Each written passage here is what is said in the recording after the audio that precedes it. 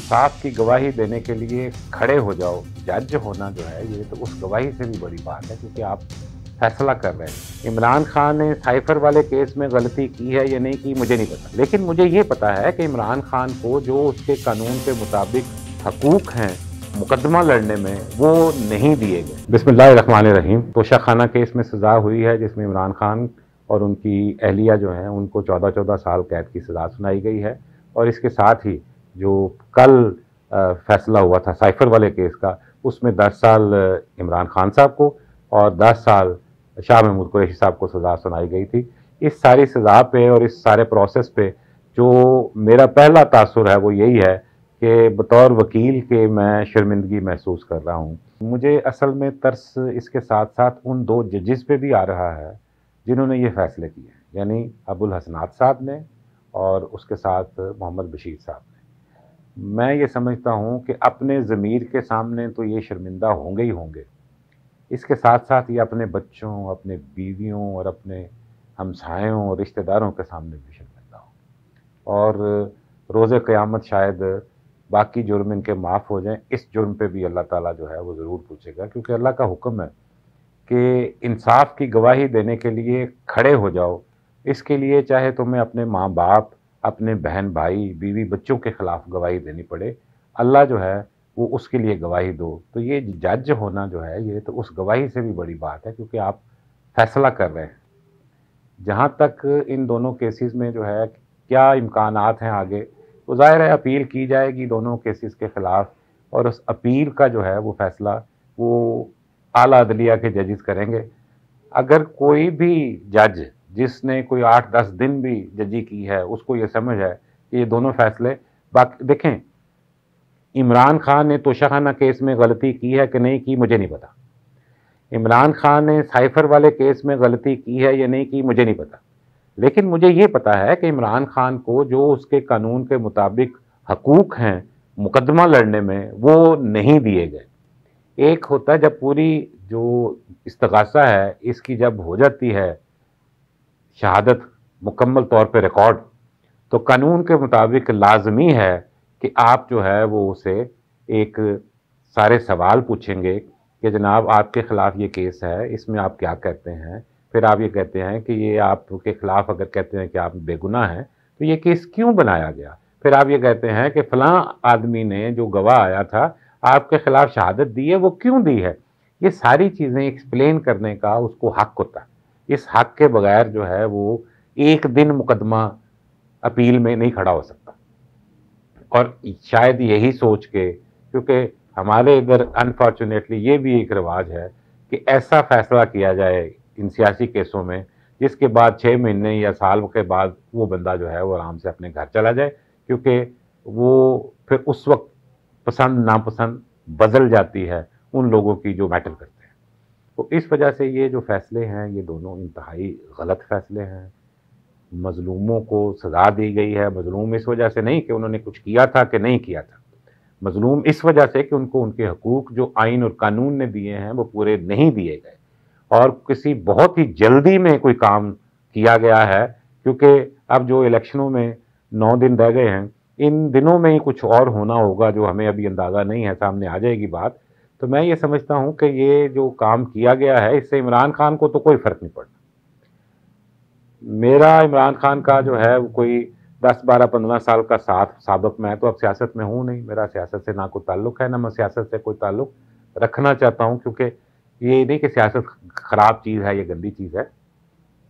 लोग सियासत करते हैं, करते रहेंगे, करनी चाहिए। मुझे भी अगर मेरी सेहत इजाज़त देती, मैं इस काबिल अपने आप को समझता कि मैं इतना प्रेशर सह रहा हूँ, तो शायद मैं सियासत में वापस आ जाता। लेकिन इमरान खान को अल्लाह ताला ने वो खूबी दी है कि जिस बात पे वो खड़ा है उसको हिलाया नहीं जा सकता।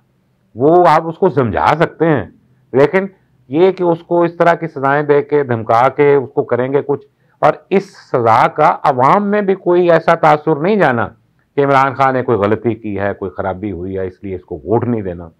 आपने देखा कि उसके जो है वो निशान छीन लिया गया। आज आप सोचें, उस वक्त बाद लोग कहते थे कि जी निशान छीनने से क्या होता है, बल्ला नहीं तो कोई और निशान होंगे।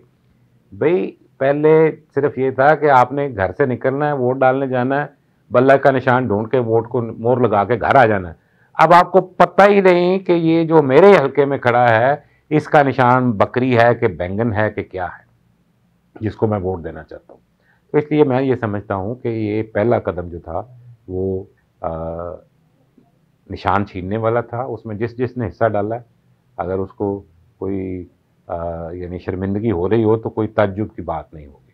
اور دوسرا یہ ہے کہ اب آپ نے اس طرح کا فیصلہ کر دیا ہے جس میں سزا دی گئی ہے, اس سزا کا بھی جو ہے وہ کوئی خاص اثر ہونے کو میں نہیں دیکھتا کہ اس پہ ہوگا. لیکن میں ان قوتوں سے جو سیاست کرتی ہیں, جیسے میاں نواز شریف صاحب ہیں, ہمارے 3 دفعہ وزیر اعظم رہے ہیں, میرے دل میں ان کے لیے بھی بڑی جگہ ہے, وہ بھی آخر بہت بڑی پاکستان کی اکثریت کی نمائندگی کرتے رہے ہیں, اور ان کو ہمیشہ یہ گلا رہا ہے کہ مجھے غلط سزا دی گئی, میرے ساتھ ظلم کیا گیا, زیادتی کی گئی. تو میاں صاحب آپ کے لیے پیغام یہ ہے, آپ ذرا اپنے سوچیں. اگر تو آپ اپنی ذات کے لیے سارا کچھ کر رہے تھے تو پھر آپ جو آپ کر رہے ہیں اس وقت وہی کرتے رہے. لیکن اگر آپ کسی اصول پہ پاکستان کے لیے, پاکستان کی عوام کے لیے کام کر رہے تھے تو پھر آپ کے پاس اب صرف قدرت نے ایک ہی راستہ چھوڑا ہے. الیکشن کو بھولیں, الیکشن لڑتا ہوتا رہے گا.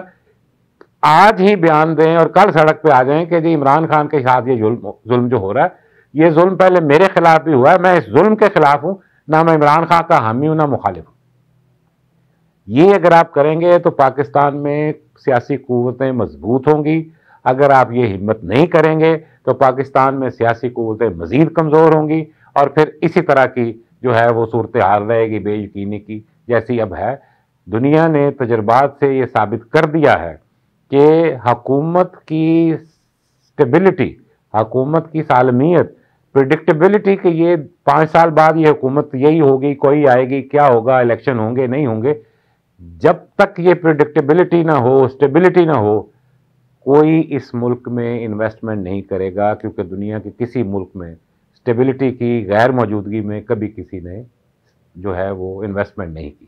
پاکستان میں پیسے لانے ہیں تو اس کے لیے لازم ہوگا, اور یہ بھی ہم نے دیکھ لیا ہوا ہے کہ فوج کی حکومت جو ہے, میں نے بھی ایک دفعہ فوجی حکومت کا ساتھ دیا تھا جس پہ میں آج تک شرمندہ ہوں, لیکن فوج نے جو حکومتوں کو جہاں پہ سہارا دیا ہے وہاں پہ تو بہت اچھی بات ہوئی ہے کہ سیاستدانوں کو انہوں نے سہارا دیا کہ جی ملک جو ہے وہ سٹیبلٹی کی طرف جا رہا ہے. لیکن جہاں پہ مداخلت شروع ہو گئی ہے, جو سیاستدان کی وی این ہوتی ہے وہ بڑی معذرت کے ساتھ وہ ایک جنرل کی نہیں ہوتی. اس کو نہیں اندازہ ہوتا کہ عوام جو ہے وہ کس طرف جا رہی ہے, کیا اس کی سوچ ہے, کیا پرابلمز ہیں. وہ انٹرنیشنل افیئرز کی طرف تو ان کا دھیان کوئی ہو سکتا ہے, اور اس پہ اگر کوئی مذاکرات ہو کہ سیاستدان 1-2 محکموں پہ جو ہے وہ فوج کے مشورے ماننے کی پابندی مان لیں, باقی سارے کام جو ہے وہ فوج یہ مان لے کہ ہم ان کاموں میں مداخلت نہیں کریں گے, تو میں سمجھتا ہوں کہ پاکستان جو ہے وہ آگے چل سکتا ہے. ورنہ یہ ڈے ٹو ڈے بیسس پہ ہر روز ایک نیا ہنگامہ شروع ہوتا ہے. پہلے اے خلاف تھا بی کے, پھر بی خلاف تھا سی کے, یہ ایک دوسرے سے لڑائیاں کرتے ہوئے ہم پاکستان کے لیے کوئی کام نہیں کر رہے. کسی سے میاں صاحب آپ کا معاہدہ ہو یا نہ ہو, کسی سیاسی قوت کا آپ کے ساتھ آنا ہو یا نہ ہو, آپ کے لیے قدرت نے بہترین ٹائم دے دیا ہے کہ پاکستان کے عوام کو یہ بتا دیں کہ آپ پاکستان سے محبت کرتے ہیں. اس پاکستان کے عوام کے لیے آپ اپنی ذات کی قربانی دینے کو بھی تیار ہیں, اور جو کسی نے آپ کے ساتھ پہلے ظلم کیا ہے اس کو بھولیں, ظلم کے خلاف کھڑے ہوں, لوگوں کے خلاف نہ کھڑے ہوں.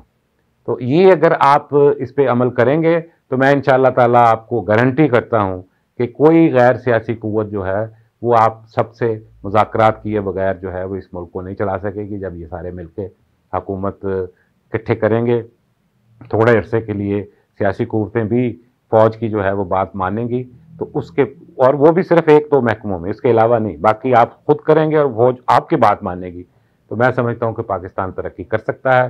وہ پاکستان جس کو قائد اعظم دیکھنا چاہتے تھے وہ انشاءاللہ تعالی ساری دنیا دیکھے گی, اور دنیا کی قوموں میں پاکستان اپنا مقام حاصل کرے گا, بجائے اس کے کہ ہم ہر دفعہ کشکول لے کے نکل پڑیں اور مارکا یہ بتائیں کہ جی یہ جو $2 بلین آ گئے ہیں IMF سے, یا $1 بلین آ گیا سعودی عرب سے, یہ میرے مانگنے کا انداز ایسا تھا کہ میں نے اس کو کر لیا ہے. اس سے پاکستان کو سوائے اس کے کہ ڈوبنے سے آپ بچا لیں 1 مہینے کے لیے, 6 مہینے کے لیے, اور کوئی فائدہ نہیں. پاکستان کو ترقی دینی ہے तो अवाम की तरक्की के बगैर कोई मुल्क तरक्की नहीं करता। पाकिस्तान में अगर 100 आदमियों के साथ पास हज़ार अरब डॉलर भी हो और पाकिस्तान के अवाम जो है वो ज़्यादातर भूखे सो रहे हों, सर्दियों में कांप रहे हों, तो फिर उसमें पाकिस्तान जो है वो अमीर नहीं हुआ। चंद लोग अमीर हुए हैं और उनके 500-700 हज़ार 10,000 लोग जो मुलाजिम हैं वो अमीर हुए हैं, बाकी कुछ नहीं हुआ। तो इसलिए खुदारा और अल्लाह भी राज़ी होगा मियाँ साहब। आपको मैं इसलिए बार बार ये कह रहा हूँ कि इस वक्त आप ही वो शख्स हैं जो इस मामले में कोई कहीं पे खड़े हो सकते हैं, और आप अगर खड़े होंगे तो मैं आपको यकीन दिला सकता हूँ बतौर एक पॉलिटिकल एनालिस्ट के, पीटीआई के जो लोग हैं, जो उनके हामी हैं, वो सबसे ज़्यादा आपके पीछे आएंगे, क्योंकि इमरान खान जो है वो जेल में है और इमरान खान को भी मजबूरन ये कहना पड़ेगा कि असूल के लिए खड़े हो जाओ। हम बाद में अपने नज़रिया अपना ना इमरान खान को छोड़ना चाहिए ना आपको छोड़ना चाहिए, लेकिन उस नज़रिए पे अमल करते हुए अगर वाकई आपने वोट को इज़्ज़त दो वाला मामला जो है वो उठाया था और आप कुछ लोगों के नाम लेके बताते रहे हैं कि फ़लाँ फ़लाँ ने ज़्यादती की है, तो मेरे साहब अब वक्त है कि वो ज़्यादती जो है उसको न्यूट्रलाइज़ करें, पाकिस्तानी कौम को आज़ादी दें, और ये कौम इंशाअल्लाह ताला इतनी टैलेंटेड और इतनी नॉलेजेबल है कि ये सही लीडर भी चुनेगी और उन लीडरों को सीधा भी रखेगी, नहीं तो उनको आइंदा इलेक्शन में निकाल बाहर करेगी। ये चंद चीज़ें थी जो मैं आप सब लोगों के सामने रखना चाहता था।